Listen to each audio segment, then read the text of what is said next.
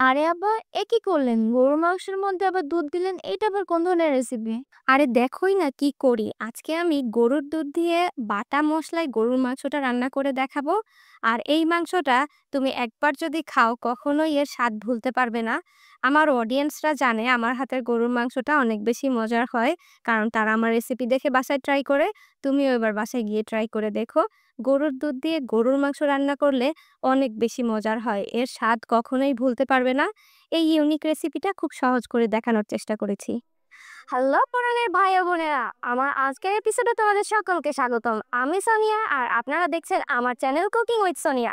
আজকের রেসিপিটা নিশ্চয়ই আপনাদের ভালো লাগবে। প্রথমেই আমরা পাটায় পিষে নিব মশলাগুলা। আধ ভাঙা করে প্রথমে নিয়ে নিচ্ছি 1/4 কাপ পরিমাণ কাঁচামরিচ। এই কাঁচামরিচগুলাকে একটু থেতো করে দিতে হবে। কোনো মসলাই কিন্তু একেবারে মিহি করে বাটবো না। 2 টেবিল চামচ পরিমাণ হয় এমন রসুন নিয়ে নিয়েছি। বড় সাইজের এখানে ৩ টা রসুন আছে। এটাকেও থেতো করে নিচ্ছি। এরপরে নিয়ে নিব পেঁয়াজ। আর দেখতে পাচ্ছেন আমি এই যে একবার বাটলে যতটুকু মিহি হয় ততটুকু করছি। একেবারে পুরো মিহি করে নিব না। চাইলে কিন্তু এটা আপনারা চপার মেশিনে অথবা ব্লেন্ডারেও করে নিতে পারেন। পেঁয়াজটাকেও সেম ভাবে করে নিচ্ছি। 1/2 কাপ পরিমাণ পেঁয়াজ আছে। পেঁয়াজটাকে এভাবে পুঁতা দিয়ে ছেঁচে নিলেই হয়ে যাবে।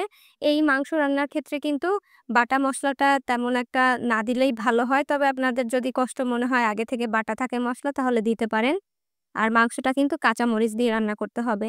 আমার কাছে আদার পেস্ট ছিল, সেখান থেকে ২ টেবিল চামচ পরিমাণ দিয়ে দিলাম। লবণ দিয়ে দিলাম স্বাদ মতো। জিরার গুঁড়া ২ টেবিল চামচ পরিমাণ। আর এখানে দিয়ে দিয়েছি গোলমরিচ, সাদাটা, এলাচ, দারুচিনি, লবঙ্গ 1/2 চা চামচ করে এগুলো দিয়ে দিলাম। এরপর খুব ভালোভাবে হাত দিয়ে কষলে মেখে নিতে হবে যেন মসলাটা সম্পূর্ণ মাংসের গায়ে মিশে যায়। মাংসটা রান্না করতে করতে আমাদের এই আস্ত মসলাগুলো কিন্তু গলে যাবে।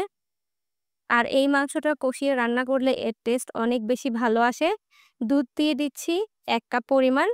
আমি গরুর দুধ ডিরেক্ট এখানে ব্যবহার করেছি। কোনো রকম জাল করার প্রয়োজন নেই। এভাবে দিয়ে দিলেই হবে। যদি গরুর দুধটা না থাকে তাহলে পাউডারের দুধটা গুলে এখানে ব্যবহার করতে পারেন। এভাবে ভালোভাবে মেখে ৩০ মিনিটের জন্য রেখে দিব। এরপর দিয়ে দিব সয়াবিন তেল 1/3 কাপ পরিমাণ। মাংসের মধ্যে যদি চর্বির পরিমাণ বেশি থাকে তাহলে তেলের পরিমাণটা আরেকটু কমিয়ে দিতে পারেন। নেড়েচেড়ে মিক্স করে নিয়ে চুলার আঁচটা বাড়িয়ে রান্নাটা শুরু করে দিব। ঢাকনা দিয়ে ঢেকে চুলার আঁচ বাড়িয়ে রান্না করতে হবে। যখন বলক চলে আসবে তখন চুলার আঁচটাকে কমিয়ে দিতে হবে এক্কেবারে লোতে।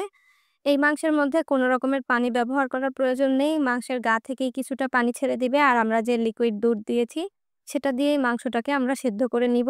একেবারে অল্প আঁচে রান্নাটা করতে হবে ঢাকনা দিয়ে ঢেকে যাতে মাংসটা প্রপারলি কুক হতে পারে।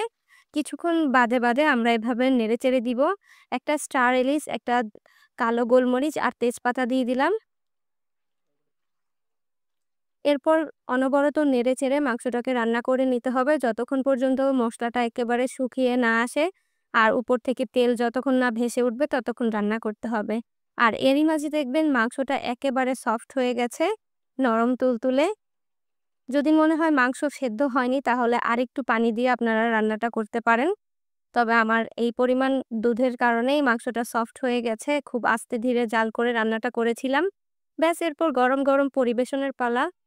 চেষ্টা করেছি একটু ইউনিক ভাবে আপনাদের গরুর মাংসটা রান্না করে দেখানোর। আর এর স্বাদের ব্যাপারে যদি বলি, this is the best recipe ever. নিশ্চয়ই আপনারা বাসায় ট্রাই করবেন। নিশ্চয়ই আজকের রেসিপিটা আপনাদের ভালো লেগেছে। আর ভালো লেগে থাকলে লাইক, কমেন্ট এবং শেয়ার করতে ভুলবেন না।